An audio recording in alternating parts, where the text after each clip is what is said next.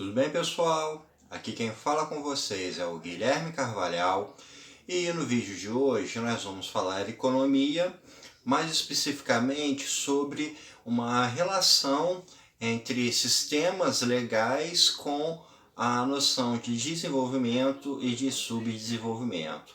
Então, deixa aí a sua clicada em curtir e se inscreva para acompanhar o nosso conteúdo.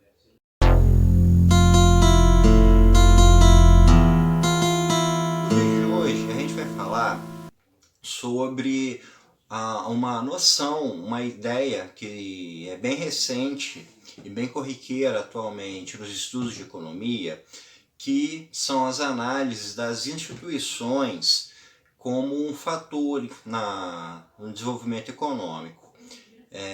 O conteúdo desse vídeo eu estou me baseando no artigo Legal Institutions and Economic Development, Instituições Legais e Desenvolvimento Econômico, que foi escrito pelo economista Thorsten Beck. Essa noção de instituição ela tem sido muito forte nos estudos de economia mais recentes, inclusive o Daron Acemoglu, no seu livro Por que as Nações Fracassam, trabalha muito essa ideia. E essa ideia, ela parte do princípio de que o que define um país ser desenvolvido ou ser subdesenvolvido, entre o país ter uma melhor condição econômica, uma pior condição econômica, está ligado à sua capacidade de criar instituições que sejam propícias para o desenvolvimento econômico. Ou seja, os Estados Unidos ou a França vão ser países de primeiro mundo porque as suas instituições elas são capazes de fomentar o crescimento econômico, enquanto um país como o Brasil ou como a África do Sul, as instituições existentes não serão capazes de fomentar esse mesmo nível de desenvolvimento econômico.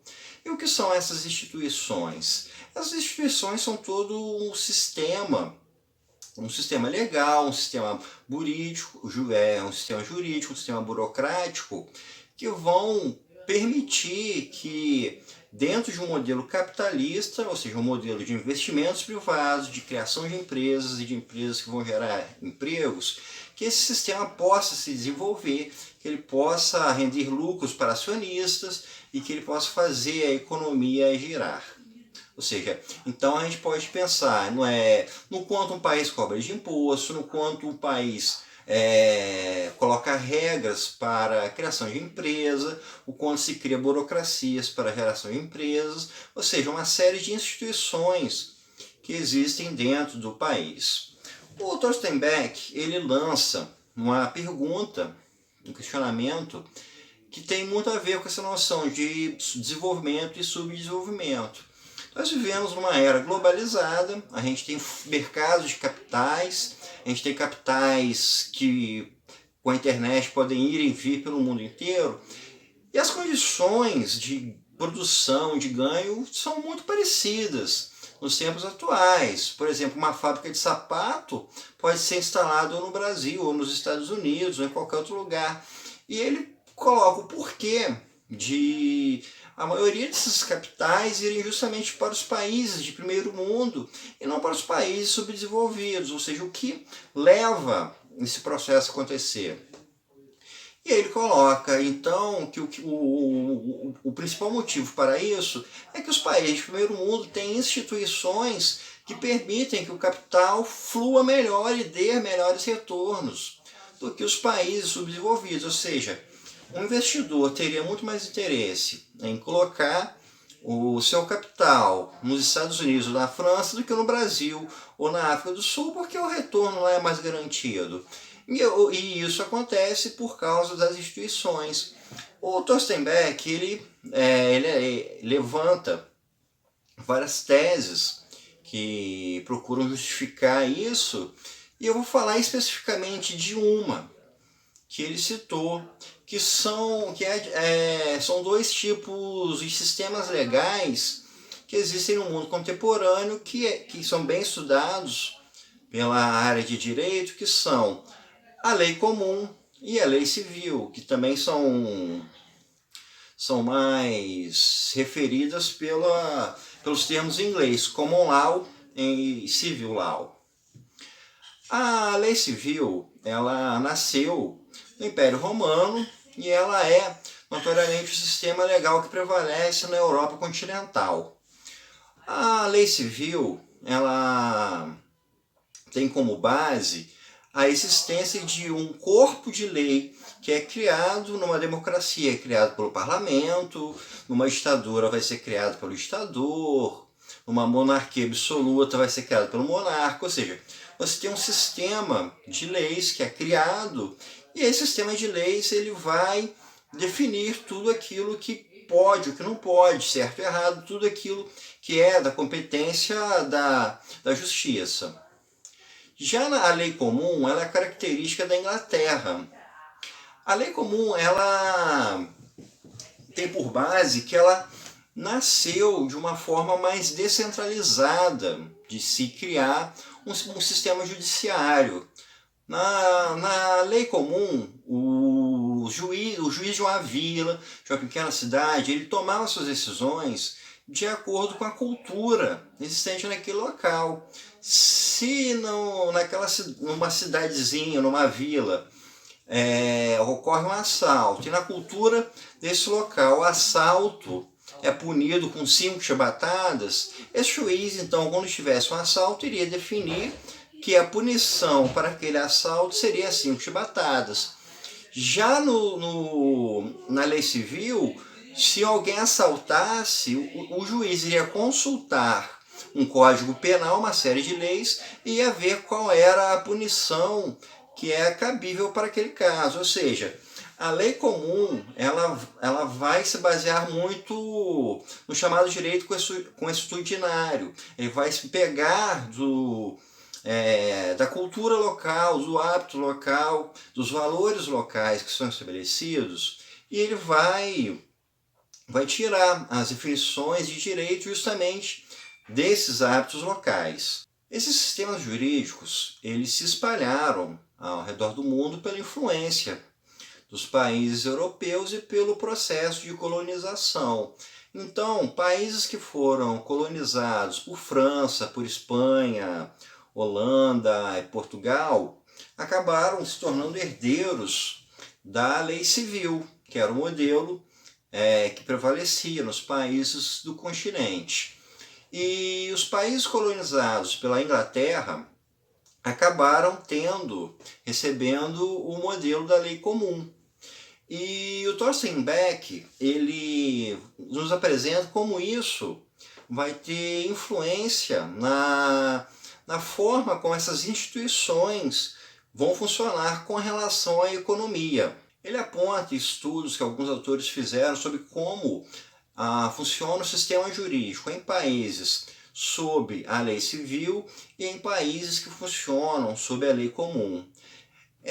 Os dados que ele apontam dizem que um país onde prevalece a lei civil, o sistema judiciário ele tem pouca independência e ele é muito preso ao que o sistema legal diz. Então, o sistema judiciário ele tem pouca flexibilidade.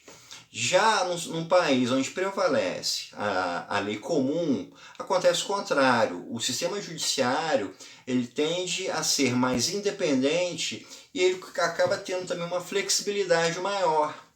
A gente pode pegar uma comparação rápida com a Constituição dos Estados Unidos e a Constituição brasileira. A Constituição dos Estados Unidos ela se resume a alguns poucos artigos. E são muito mais diretrizes, não é tão aprofundado assim, são mais diretrizes de como o país vai funcionar. Já a Constituição brasileira ela é gigantesca, ela é cheia de detalhes, ela dá pouca brecha para interpretação, ou seja, ela é toda detalhada. Então, um juiz dos Estados Unidos ele vai se basear muito mais numa diretriz da lei para tomar as suas decisões. Então ele tem uma flexibilidade maior. Já um juiz brasileiro ele vai estar muito engessado pela lei. Ele simplesmente vai colocar aquilo que a lei estabelece. A lei brasileira procura preencher todos os espaços ela pretende ser o mais detalhada possível.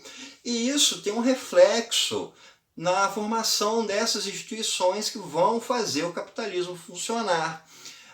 O Tostenbeck ele dá um passo adiante, que é mostrar como há uma diferença na relação dessas instituições no que diz respeito à economia.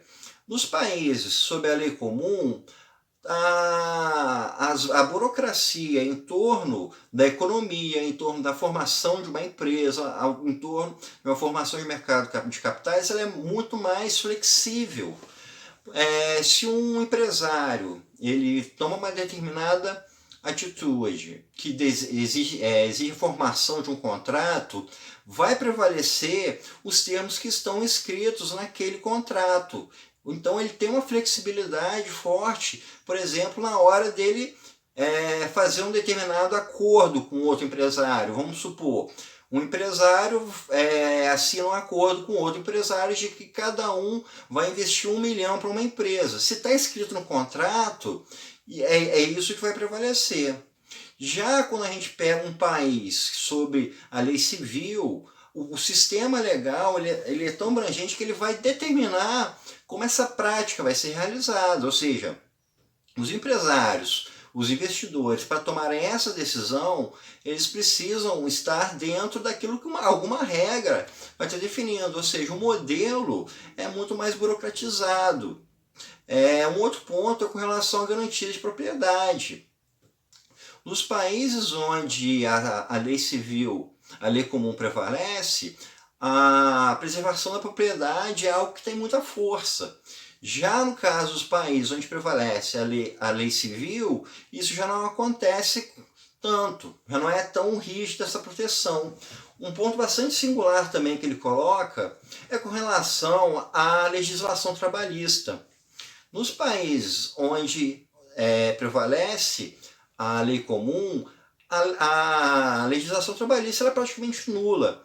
Basicamente, o que é válido é o contrato assinado entre o patrão e o empregado. Se o empregado aceitou aquele salário e aquele horário de trabalho, aquelas condições, ele que tem que se virar, porque ele firmou um contrato. Já no Brasil, no país onde prevalece a lei civil, você vai ter toda uma legislação trabalhista definindo o horário, definindo o salário, definindo condições, etc. Então, você tem também uma enorme burocracia dentro da própria área trabalhista.